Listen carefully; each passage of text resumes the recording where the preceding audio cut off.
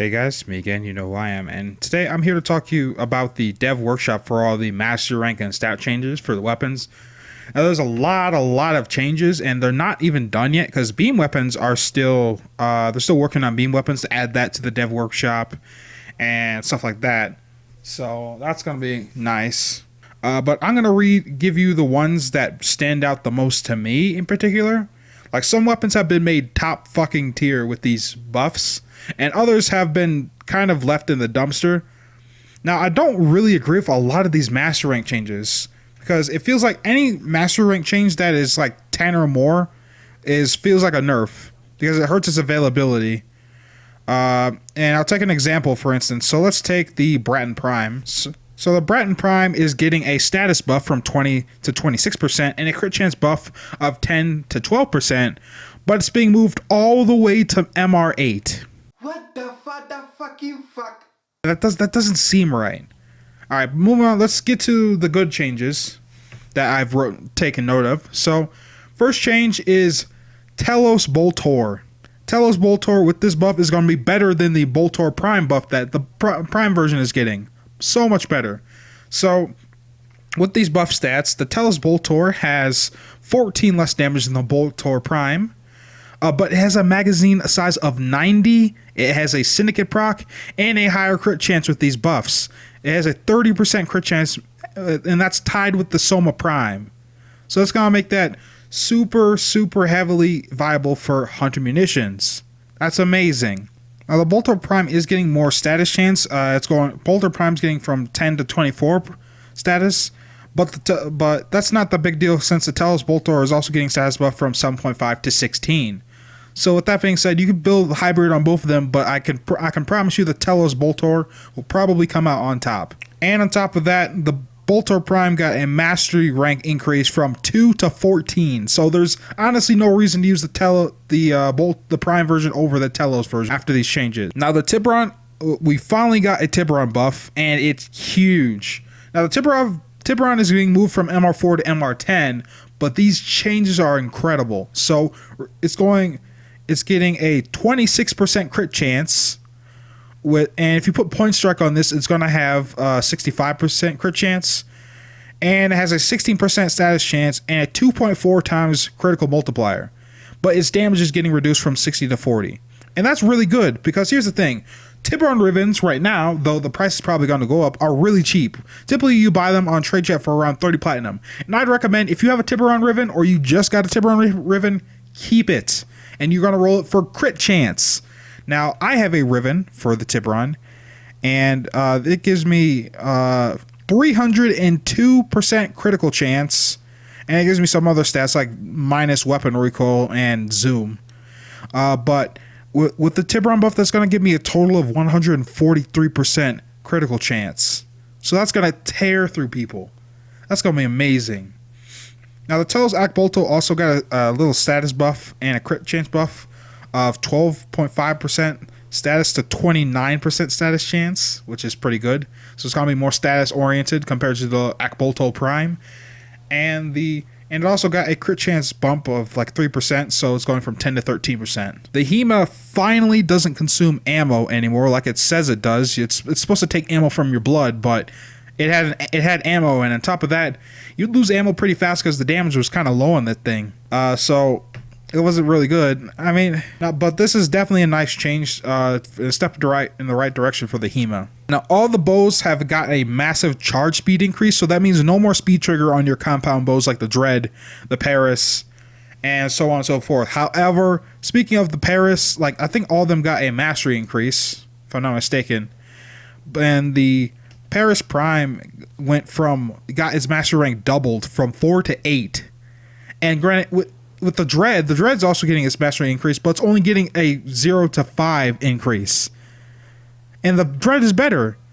Now the Paris Prime is getting a small damage buff from with its charge attack, but still I don't think that's enough to push it to be better than the Dread, especially since the Dread has that crazy status chance and a higher crit chance. So I don't know about this one. The Gorgon series is actually going to be useful now, not just a wasted slot. So the Gorgon is going to have 17% crit chance and 9% status chance. The Gorgon Wraith is going to have 15% crit chance and 21% status chance with a 1.9 times critical multiplier and a massive ammo capacity increase of 900 rounds. The Prisma Gorgon is going to have a 30% crit chance with a 15% status chance and a 2.3 times critical multiplier, but the damage was lowered by 2. So all in all, the Gorgon series is going to be useful finally. The Super and the Super Vandal are actually getting the same buffs. The only difference between those two guns is the magazine capacity of the Super Vandal versus Supra.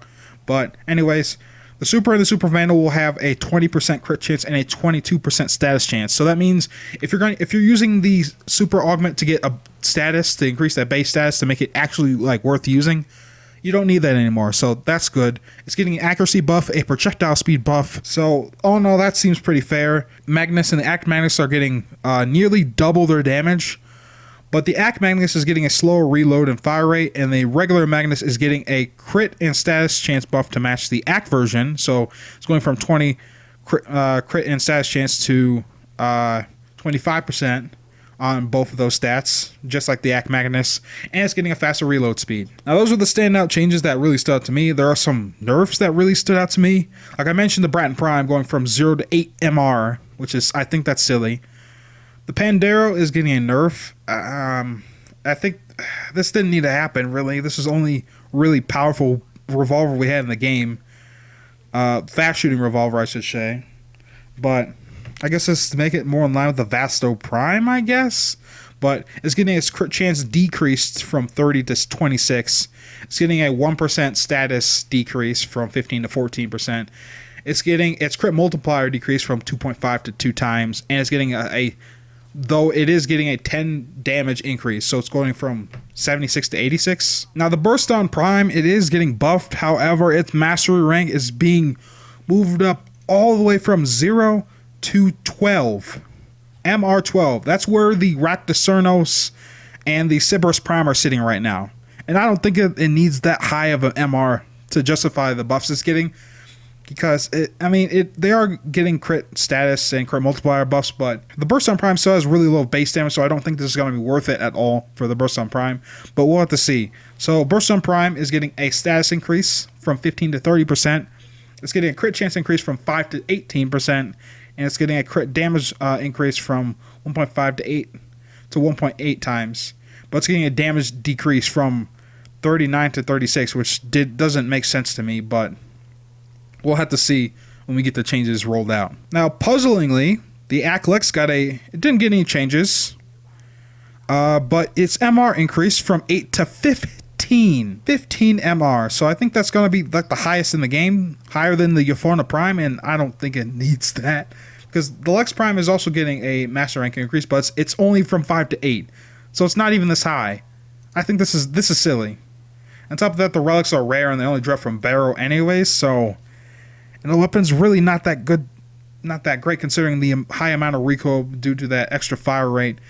The magazine size is nice, but it also loses accuracy, which also really sucks. So I don't think this needs to be bumped up to MR15. Now this one was interesting. So snipers and stuff got mostly buffs. However, this Vectis Prime change is puzzling to me. So it got a small damage increase and a small crit chance increase. So it's going from 25 to 30% crit chance. And it's going from 325 damage to 350 damage, but it's being moved up from MR3 to MR14.